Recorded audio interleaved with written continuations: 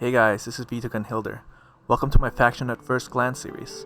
We're starting off with 100 Kingdoms. I'll be going over some of the lore, the roster, characters, and some of my own experiences playing this faction. Without further ado, let's get started. The story of the 100 Kingdoms began in tragedy. Leading up to the fall of Haslia, then the undisputable god of man, people fled westward through the mountain range to escape religious persecution, rumors of wars, and the madness that had gripped those in power. The Old Dominion was breaking, and Haslia himself would signal the culminating end by attempting to bring down a cataclysm that would annihilate all life on Ea. But that's a story for another time. The refugees maintained a religious outlook even in their exodus. Their religious ideologies are rooted in the ancient faith, while garnished or tarnished with new skeptic ideas. Of the three factions that make up the legacy of the fall, the 100 Kingdoms is by far and away the most diverse. They are a multicultural and multi-ethnic faction, mostly European-inspired, and lore-wise have the most interaction with individual members of other factions. Unlike the cousins in the city-states and the Sorcerer Kings, the 100 Kingdoms were the closest to establishing an empire that may have someday eclipsed even the Old Dominion. That golden era didn't last very long though, because misfortune follows tragedy. In current times, the Armatellum Empire awaits a new leader, one who might lay claim to the empty, hollow throne. Four sub-factions make up the 100 Kingdoms: the nobility, the faiths, the imperial remnants, and the orders. Each of these elements influence the greater faction in a fragile power balance, one so fine that the fear of breaking the status quo itself has become a weapon against those who try. However, the time is slowly approaching where each kingdom must choose: to stand alone and be consumed by those stronger, or to band together and bind their fates together once more, 100 threads to a single crown. Parabellum has a vision of how the 100 Kingdoms should be played. This is what they say: the 100 Kingdoms cannot claim to have the best troops, but they have darn good troops and they tend to have more of them. The cavalry is second to none, and their intrinsic flexibility of the human mindset means your opponent cannot be certain of what he will face. A veteran force of hard-bitten infantry supported by powerful casters, a thundering charge led by an impetuous lord that bets everything on the speed of horse and strength of arms, the canny and disciplined combined arms approach of a shrewd Imperial Officer who leverages each of these pieces into a sum greater than the whole. I feel like Parabellum Wargames understands their faction very well. The 100 Kingdoms is essentially the most flexible army in the entire game, bar no other faction. You will never face the same list, and definitely not the same mindset when you're playing against a person who's running the 100 Kingdoms. You might face against a person who enjoys using Longbowmen and pepper down your troops early in the game, and then you might face off against another person who uses mounted Squires instead, because they prefer having reinforcements entering the board from the side and controlling the battlefield through bodies rather than control of long-distance shooting. 100 Kingdoms is very difficult to play against if you're trying to build a specific list, but there are some things that are always meta. For example, the 100 Kingdoms is knights. Always expect at least one set of knights, whether it's the household knights or the orders, which had recently appeared. Of course, it's possible to still be more flexible than that and not take any of the knights at all. Instead, you might face against the hard-hitting Steel Legion. That said, let's move on over to the regiment roster and take a look at what options they've got currently released.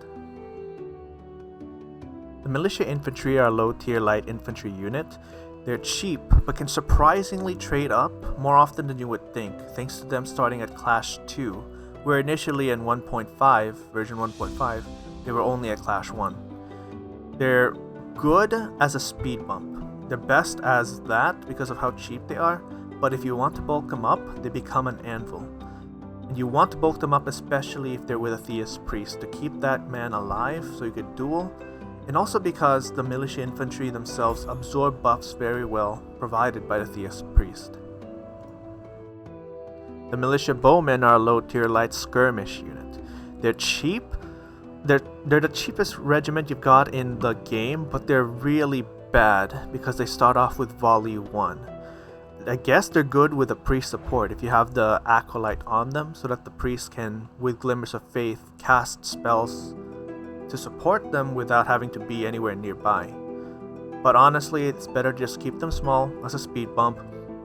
If you want to bulk them, 4, but even then there's more things you could spend those 25 points for rather than increasing the strength of your bowmen, especially since they're just at 16 inches of range.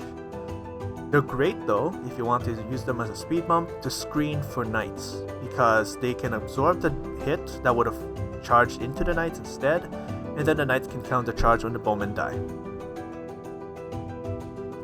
Going up the tiers, we have the mid-tier light skirmish unit, the Mercenary Crossbowmen. These are cheap and reliable, and in fact, for many armies, especially in like tournament lists, this is the premier shooter that you'd be using. Bulk it better for trades. Nothing as big as like 5 stands. 4 stands is pretty good. That's around the same as what most people would bring, or even just 3 stand is fine. They're decent for accompanying other characters like the chapter Mage, but be careful since these are, like all other shooters in the 100 Kingdoms list, defense 1. So anything that pierces their armor is guaranteed hits. Another mid-tier light skirmish unit is the Imperial Rangers Corps. These are fast, very reliable because they're hitting on volley 3, and when they enter, they're essentially like cavalry. The best thing about them is the fact that they have fluid formation. So keep them on 4 stands if possible, so you could keep them in a box and keep them compact. Being able to shoot at 360 degrees, meaning at least 2 stands from every side, is great. And if you need to fire at a guaranteed line, it's easy as that because of fluid formation. Keep them as lone operatives. Don't put any characters on them because they're fast and they need to be able to move around and just harass the enemy without any issues. You could also use them to bait out the enemy into chasing, which is, they'll do well there.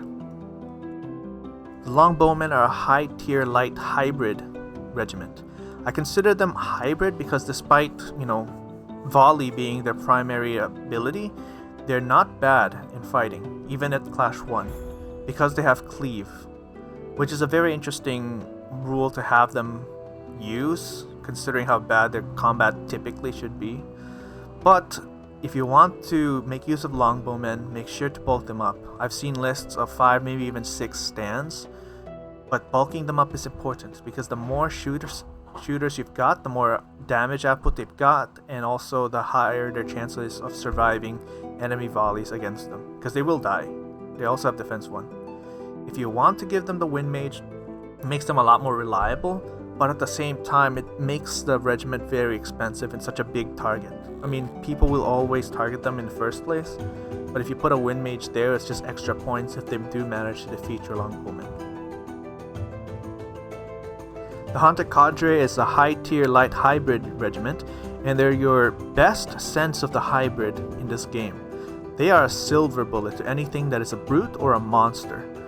Imagine Van Helsing, because these guys will kill that brute or monster, whatever it may be, from the fallen divinity, the big monster of the Old Dominion, to things like the Hjotnar, to things like Avatara even. These guys are great, use them. But the thing is, they're extremely niche too. It's expensive to bulk them up, and I do like to keep them on 4 stands as much as possible so they have extra wounds to draw from. And that's why I prefer having them with either the Water Mage or the Fire Mage. The Mounted Squires are an underrated unit, mid-tier light cavalry I would say. They're great for early trades because they have 3 defense, which a lot of lights don't typically have. Or most lights don't even typically have cleave, so that makes their 3 defense even more valuable. Keep them at minimum size units if you want to use them for creating reinforcement lines, or if you want, keep them on, bulk them up to 4 stands. That way they can actually hit something and they could potentially remain for the end game. They're probably going to die by mid game. Don't ever put them with a Knight Lord or the Mountain Noble Lord, because their 9-inch movement is so crucial to their identity. If you ever put them with a Knight Lord, you're just neutering their actual potential. Men-at-Arms are your premier mid-tier medium infantry. These guys are great for capturing objectives and just holding it down, solid and reliable. Keep them as minimum size units if you just want them as a speed bump. You don't even need to put a seasoned veteran on that. Or if you do want to cement their lives and make sure that their value maintains even in the end game, bulk them up a bit. 4 or 5. Don't put any characters in there. Characters like the Earth Mage could potentially work because her abilities are very niche, and the men-at-arms with an Earth Mage could make use of her crowd control to assist in the front lines.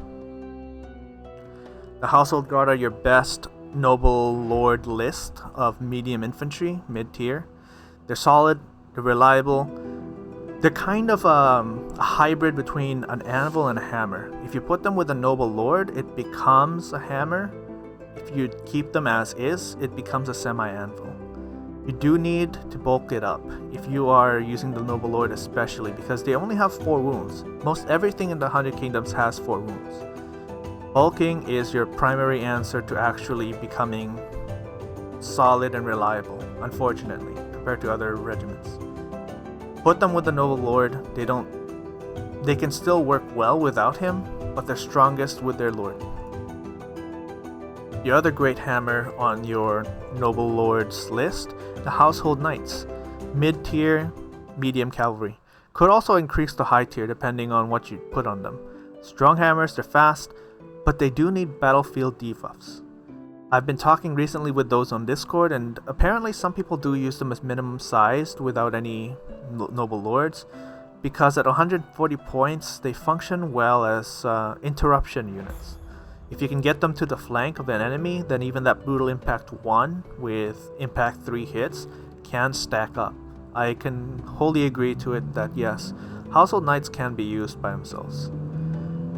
I prefer bulking them up though, and always with a Noble Lord, because Speed of Force just makes them so much more valuable, and they can trade up so much more easily because of it. Now we're getting to some of the big boys. The Gilded Legion, high tier heavy infantry. Part of the 2 legions that you pick up if you want to be using the Imperial Officer. They never disappoint, they're true Giga Chads. The Resolve 4, one higher than the Household Guard, already makes them so much stronger and more reliable, less likely to die, even if they have 4 wounds. Bulk them up, please. Bulk them up or don't bring them. If you keep them as a minimum size, not only are you neutering their potential to actually hit, but like, what are you going to do with just 3 stands of Gilded Legion? They're best with an Imperial Officer, but if you want to, if you're doing dynastic alliances, an Imperial Officer plus an Infantry Lord, if the Infantry Lord is in with the Gilded Legion or even the Steel Legion later on, they're both very strong, because the best of men ability of the Infantry Lord affects all infantry regiments now, not just his own. The Steel Legion are your premier heavy infantry high tier regiment. They're only Cleave 2, which is small for some other factions, but this is literally the only thing you've got that has that much on 100 Kingdoms, which is insane. They're really good. Where other regiments or other factions might have a delete button that's much more powerful or more reliable, this is what we've got, and if you have veterans, they're even better.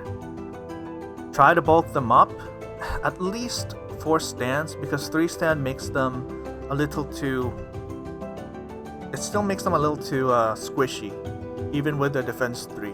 But at least with 4 stands, it means that they can absorb a little bit more damage, and even just 1 stand of the Steel Legion is very strong, because with a Drill Master, there's 6 attacks per stand, plus leader, so 7 attacks for the command stand. Great with an Imperial Officer, like previous. Really good synergy with the Infantry Lord. Moving on to some of the Order stuff. The Order of the Crimson Tower Regiment have a kind of hit and miss for some of the people playing them. In my opinion, they're a high tier heavy cavalry. They're really good at charging, and if you charge properly and then clash with them, it's possible for them to actually delete an enemy regiment in just 1 round. But the question is, where are you charging through? They're semi-slow at movement 7, but the fact is these guys, If you bulk them up, they can hit someone at the front, even with their shields, and break through. But for most people using Crimson Tower Knights, they're most effective if you can flank. Again, that's not always going to be feasible. So if you find yourself unable to maneuver around most of your foes, try to bulk them up to 4 or 5 stands, including the character, and you'll find a lot of success even charging up at the front. Now we're moving on to character roster. These are the champions that we've got, and they're all currently released. Except for the... Okay, well, technically the only one that's not released yet is the Order of the Sword. The Chapter Mage, in my opinion, is a mid-tier light character. She's a terrible combatant, she's a terrible duelist, and the reason why I put her on mid-tier is because her volley is actually pretty good. Barrage 4, if I remember correctly. And her magic options from the 4 schools are very variable. Now what I mean by niche but solid is that it kind of follows their lore. Human mages are gifted is what they call it, anyone who has magic. Someone who is gifted, whether you're Dwagom, human, or Wadrun, so on and so forth. Humans are the least powerful of the gifted races. So what they usually learn, according to the lore, are tricks, essentially, that make it possible for them to turn the tide of battle with just one surprising spell. That's all it is. That's how it's told in lore. And I think they represent that part of the battlefield very well, especially for something like the Earth Mage. But anyway, how you build your mage is entirely dependent on what kind of school you want her to be in. Her warband options are okay. What makes her special is just your playstyle and whether she fits it. The Theist Priest is a mid-tier medium character. Pretty okay, he's decent in combat, he's decent as a duelist, but that changes if he can cast off Divine Sanction or something else. It's nice that he has natural cleave, but to make him an actual fighter is pretty expensive because he's restricted on combat. His spells are generally stronger than a mage, from the Holy Fire that deals 2 hits per success, to things like Saint's Fervor, which grants an additional +1 to defense or evasion. Your choice. And that's something that can't be taken away from things like Linebreaker.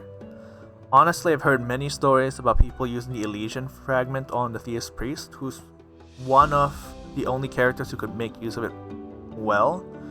And the Elysian Fragment's power is, as a draw event, the regiment that this character is in essentially gains Smite. And Smite means that you ignore the enemy's defense. They can still use their evasion, but the total defense counts as 0 for every successful hit.